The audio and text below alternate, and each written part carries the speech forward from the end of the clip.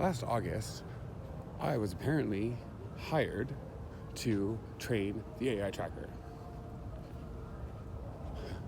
I was paid apparently $7 million to do so, apparently.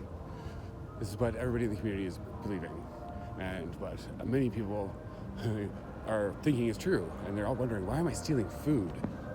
Why am I unable to pay rent?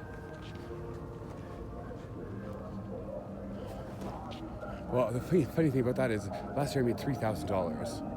$3,000, that's missing a few zeros there, and about half. It's missing a lot of numbers, really.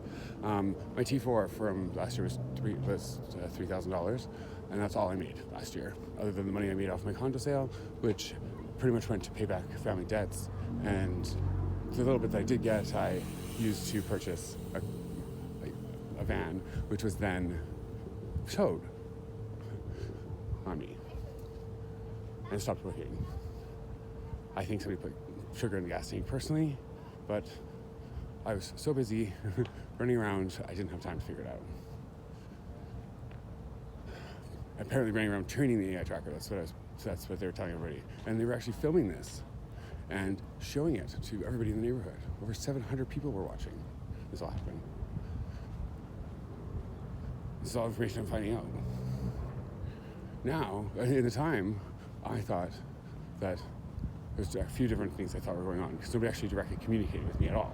I never saw a doctor, I never saw a psychiatrist, I was never paid a dime, I was never actually communicated with in person.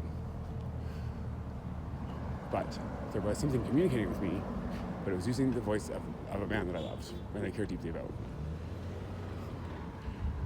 And they were using his voice to coerce me into various other training activities.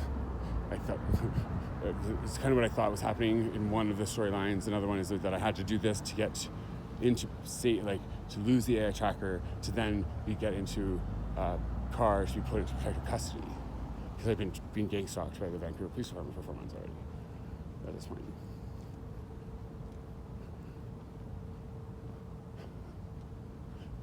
I didn't know that this was actually people trying to coerce me into very dangerous situations to see if I would die, or see if they could be the ones that got to kill me.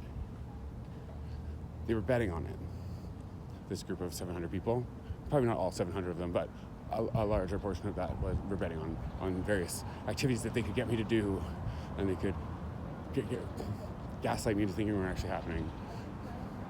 But really, it was all just for their enjoyment. And then in the month of September, because they just played with me and tried to get me into all these dangerous positions, and I survived, they decided that the next best thing was to try and get me to walk down the highway from Chilliwack to Hope. I was told at one point to walk into oncoming traffic, and the car that's coming for me will just stop right in front of me. So for a few seconds, I did walk into oncoming traffic on the highway for literally a few seconds, and then jumped back over the median to safety. I had my dog with me at that time. He was with me. They got me to go on this 45-kilometer hike without any water, without any food, without getting something to eat before I left. Completely unprepared, wrong footwear, no sunscreen, no supplies, getting to do a 45-kilometer hike. Trek.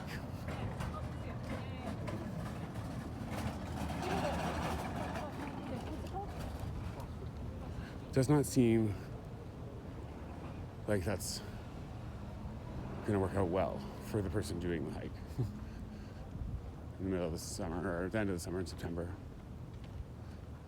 At the end of this, when I didn't die on the highway, I had to go. I was told to go to the hospital for a mental health assessment. There, those doctors tried to convince me that everything I experienced over the last 2 months was all a hallucination, and that I was developing schizophrenia at 35, not 25, 35. The doctor never let me finish my story. Any of them that I tried to explain to him, he cut me off halfway through. The second doctor didn't really do any sort of an evaluation. I was then there for a month. My dog died during that month. separation, malnourishment, all those types of things. And it took me about 2 months to mourn that loss of my dog. And starting around January, mid-January, January 15th-ish, it all started again. People trying to signal me, cueing me. That same lady that I'd encountered trying to distract me at the Sandman Hotel in the summer came and approached me again in January. I hadn't seen her. I've only seen her twice in the neighborhood. It was the second time she came to me, and she just starts striking up a really weird conversation that's totally out of the blue.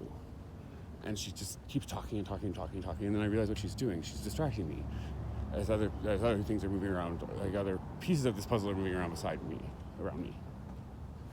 And then it was the helicopter again is following me. Okay, that's weird. So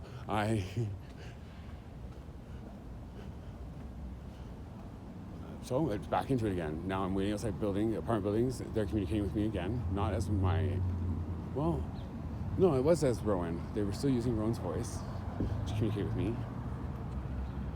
And they were getting me to wait outside buildings, saying, oh, you have to stay here for 30 minutes, maintain your inner narrative for 30 minutes. You have to maintain your inner narrative for 30 minutes. And so I'd do that. And within that 30-minute time frame, somebody would come and yell at me and tell me to leave. I have to get out of here. And then it would happen at every building I went to, again and again and again. And then in February, I was taken back to the hospital because police came and said that I was being accused of trying to break in. That time, the Dr. Lewowski, he said I claimed to be Jesus. The fourth doctor I saw that day, the first three I didn't say that to, but I was all of a sudden decided I was Jesus at the fourth doctor, and I wasn't delusional the whole, that doesn't make any sense. So if I thought I was Jesus, you'd think I'd be claiming that to the rooftops, to all the doctors, all the patients in the waiting room, not just one doctor.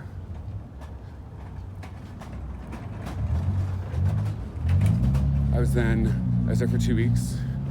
I didn't take my medication all through the whole 2 weeks, except for 3 days, because I knew I needed to take my medication for long enough for them to get a blood test with showing that I was on the medication. So I did that. I then left the hospital. I was out, and then in April, I was brought back again into the hospital. And same thing. Actually, this time they came into a building that I was sleeping in a stairwell, and took me out of the stairwell.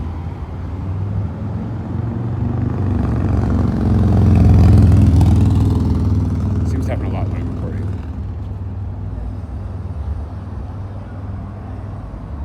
They then took me first to the lockup, where I was held for over 12 hours in the sheriff's lockup in Vancouver. They were freezing me out. I kept asking for a sweater or something warm, so blankets or something like that. And they said no, they wouldn't give it to me. And then they turned on the cold air. I asked for something to eat. They went into Subway and got me a sandwich, but they took half the meat out of it.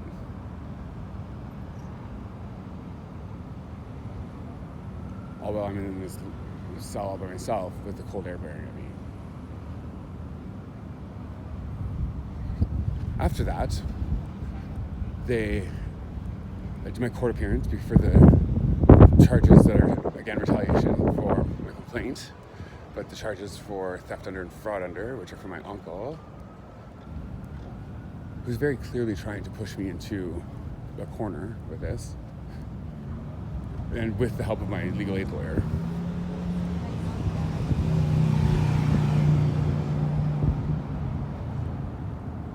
Because I don't know why he can go and represent me in court, but yet I still have to appear when we have agreed to a conditional discharge. So there's an agreement made between the Crown and everything's all settled. Why would I must go before the court then still, when my representative, my lawyer, could do that for me?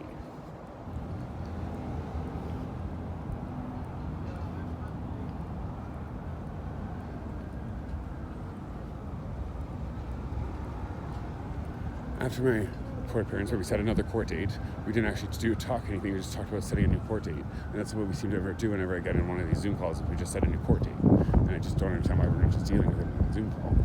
Why can't we just do it? And why one, why can't my lawyer represent me in court? And two, why can't we just use a Zoom call like we're doing to set the court date?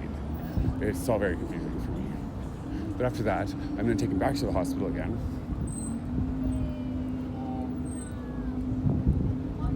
For a return order that was issued over a month prior. So I had gone a full month without any interaction with the police. And then they had to come into a building that I was staying in to get me. As far as I was aware, they weren't called there. They didn't say they had any calls. Didn't really see why they were there. But, so I wound up back in the hospital. This time with Dr. Gillis. When I asked her, what signs and symptoms am I presenting to warrant such diagnosis and medication to this level? And I'm told, we aren't even going to admit you to the hospital anymore. We are just going to bring you in here every 2 weeks and make you take this shot. Clear medical gaslighting.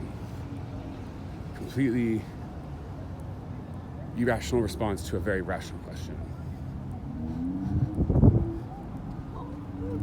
Making me believe that what I said was not rational or not a valid question because she's not even addressing it. And now how did they get Rowan's voice in the first place? Because they are using his voice. So how did they get that? What I've heard and what I've been told or what's been communicated to me is that Rowan was actually working with the ombuds to try and keep me safe for part of last summer, for I think part of June and July, after I called him and said that I was experiencing these people around me, trying to get me to follow them and signaling me. I guess shortly after that, the ombuds came and approached him and asked him to help keep me safe. But told him he wasn't allowed to approach me because he didn't want him to interfere with any of the investigation. But yet didn't tell him what was going on in the investigation or what he should be looking for when he was following me, or how to protect himself or how to protect me, or what to look out for.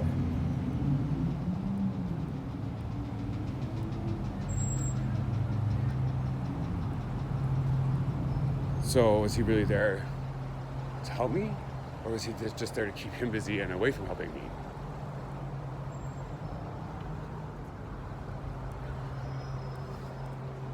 That's a big question. Because the ombuds are the ones that should be putting me into protected custody when something like this happens and being gang stalked by the Vancouver Police Department. The ombuds would usually be the ones to come and help you with that. And you would think they would just come and help you and not just follow you around and watch you be gang stalked. And gaslit and intimidated and bullied and threatened.